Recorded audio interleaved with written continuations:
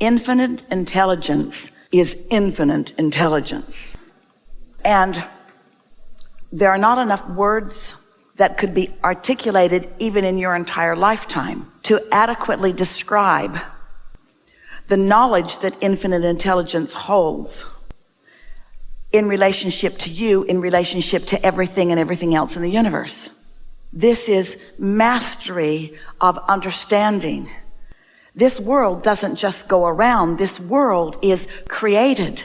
It is creation. It is not by chance. It is not willy-nilly. It is not airy-fairy. It is not by accident. It is not coincidence in the way humans mean coincidence. It's coincidence in that you're co-creating incidences, but timing of things. The timing of things is a masterful creation that we want you to focus on and just do your best to feel just for a moment. We want you to feel the all things are possible nature of this conversation that we're offering to you here. So nothing is out of your control. It's just that every path isn't the path of least resistance. Nothing is out of your control, meaning that there is always a path. You discovering the path has to do with your willingness to intertwine with that broader perspective who does know. Some years ago, Esther and Jerry were in Texas, and they went to pick up their mail at a little town a short distance from where their house actually was sitting. And when they got to this little town and to the post office was surrounded by water. They had sandbags in the doorway to try to keep the water out because the Cibolo Creek had risen from the large amount of rain.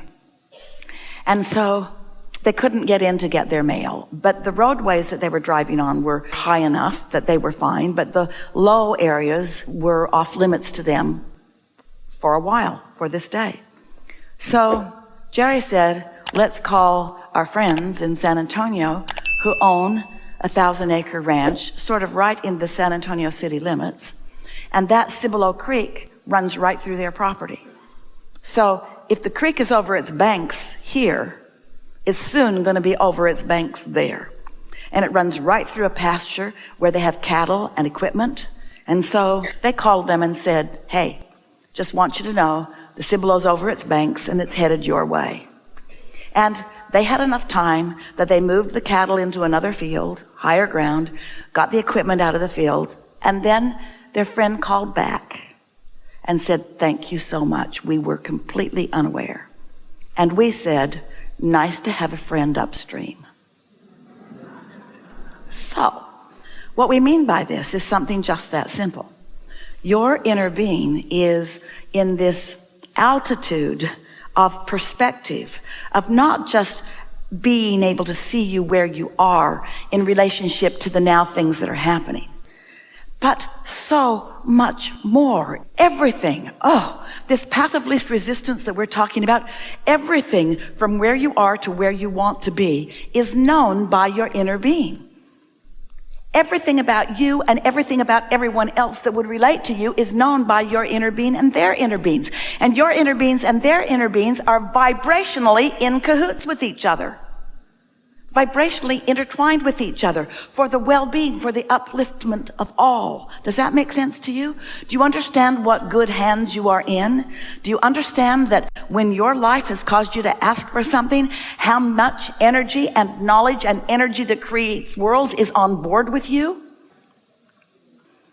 But when you are doubtful of your own worthiness or not trusting your own ability, then even though that guidance which is available to you, you don't let yourself receive it for reasons of practicing thought. What we mean by that is by keeping beliefs going that you learned from somebody, that you learned from somebody, that they learned from somebody. In other words, most humans are not living in the now, which means most humans do not allow them access to the friend upstream.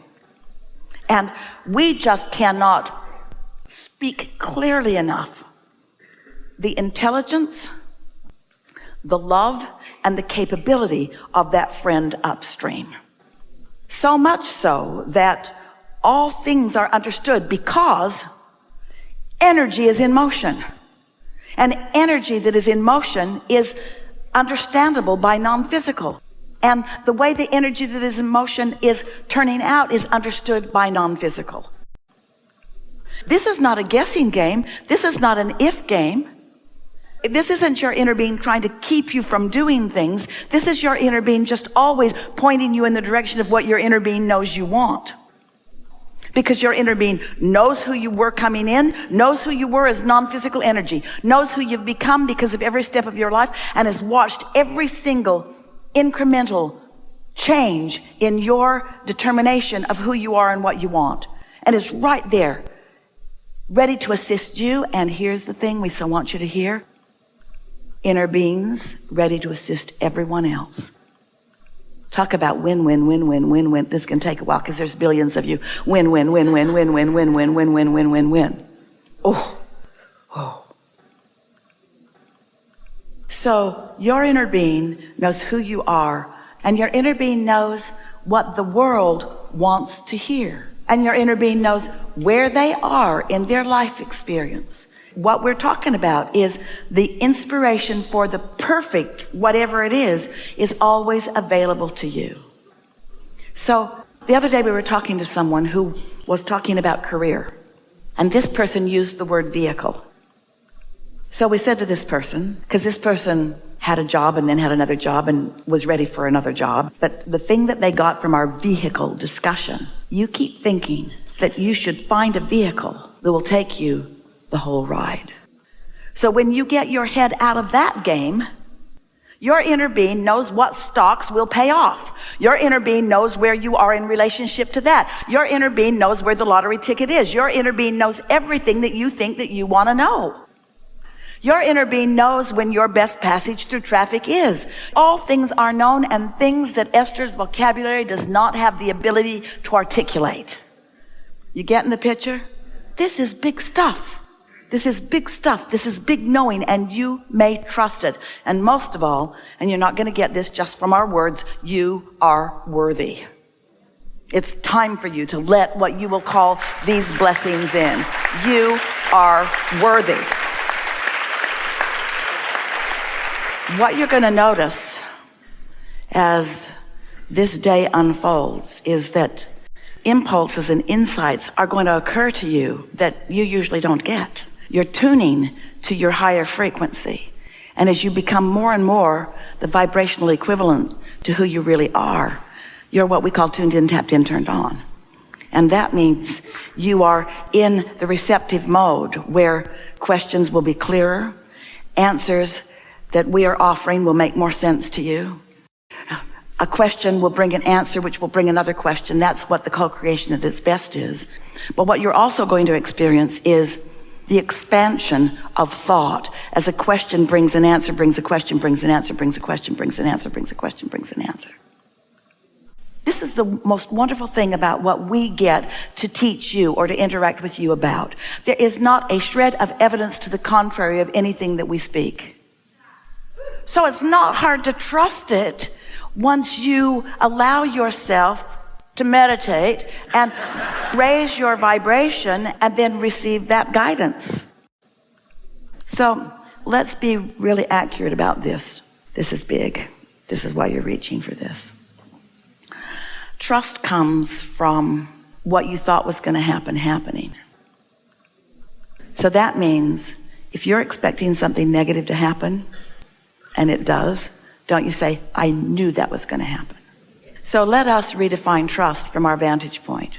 We want you to replace trust with alignment. Rather than go for trust, we want you to go for love. We want you to go for clarity. We want you to go for wholeness. Because it's really easy to come to expect bad things to happen when bad things have been happening. Jerry used to say, get me once, shame on you. Get me twice, shame on me. Because I should have seen it coming. Well, we're not really teaching that, but we get what he meant. You just have to know. And once you've had enough experience where you do know that, we say to people, start out with easy things. What happens with so many of you is you've got some issue that you want to get to the bottom of or that you want to resolve. But because it's an issue, you've thought a lot about it. And you've thought a lot about it from your awareness that it isn't what you want. So without even meaning to, You've got all this resistance on this issue, and then you want to start with that issue to gain your trust. Well, that's the last issue you should start with to gain your trust, because it's the hardest issue to start with to regain your trust. You've practiced. The subject of money is a hard one because you've practiced not having enough. And so what it really comes down to is you are lovers. You love, that's who you are. And anything less than that is not who you are. But you know what's so interesting? Wherever you stand, you often believe you are right. And even if you don't feel love, you still think you're right. So you think you're right, but you're not in sync with source, so you don't feel love. And so it's not paying off for you because you're missing some important elements. You can't be in hate or anger or frustration or doubt and be practicing trust. You can only be in love and appreciation and positive expectation and fun and lightheartedness, you see. When something happens and you're able to make the correlation between what you've been expecting and what comes, a lot of people who are not tuned in, tapped in, turned on, they can't get past your expectation. So your expectation evokes from people. In other words, that's what the law of attraction is.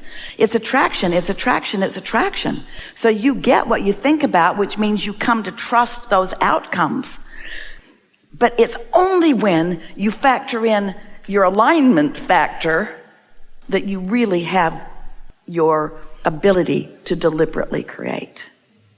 Did you follow all of that? Because you're tuned in often and you are in the receiving mode often. But it's tricky when you've got a question pulsing within you that literally blocks out the frequency of the answer. If a question is too dominant, the answer can't be heard by you. And your inner being can't shout it loud enough because there's no assertion. There's only allowing and receiving. So the specific answer is put some distance between. We're talking about time distance. Not a lot. It doesn't have to be a lot. But there has to be an awareness on your part. This is the question that I'm asking. And sit and write it and make it clear. Life's helped you to formulate it. And then sit. Meditation is a really good way to clear your mind. But don't sit to receive the answer during meditation. Sit to clear your mind during meditation. Let meditation be meditation. And as you sit to clear your mind, sometimes at the end of meditation or sometimes following meditation, you receive the answer. And often it's a day or two later. And you know what the best thing is? You see, words don't teach. It takes a lot of words to get a concept across. But life experience gets it across fast, especially when you know what you know. So if you're clear about your question, did you hear us when we said the question and the answer are equivalent in terms of their oomph? And so if you have a really strong question, there's a really strong answer. And in your non-resistant state, something will come. Maybe you'll receive it through words. Maybe it will be demonstrated through life experience.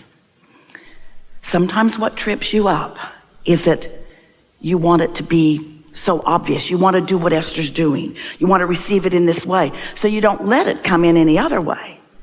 But some of the very best things are the things that come in other ways. Non-physical is always, always, always, always, always aware of you and always queued up, giving you answers. And to the degree that you're in tune, you're receiving the answers. You know what? You're so good at that, you don't even know you're doing it. So just chill. And stop trying to make it something different than it is. Just let it be. And it is our absolute knowing that there is satisfaction in this process for you. Just enjoy it. That's really the strongest key.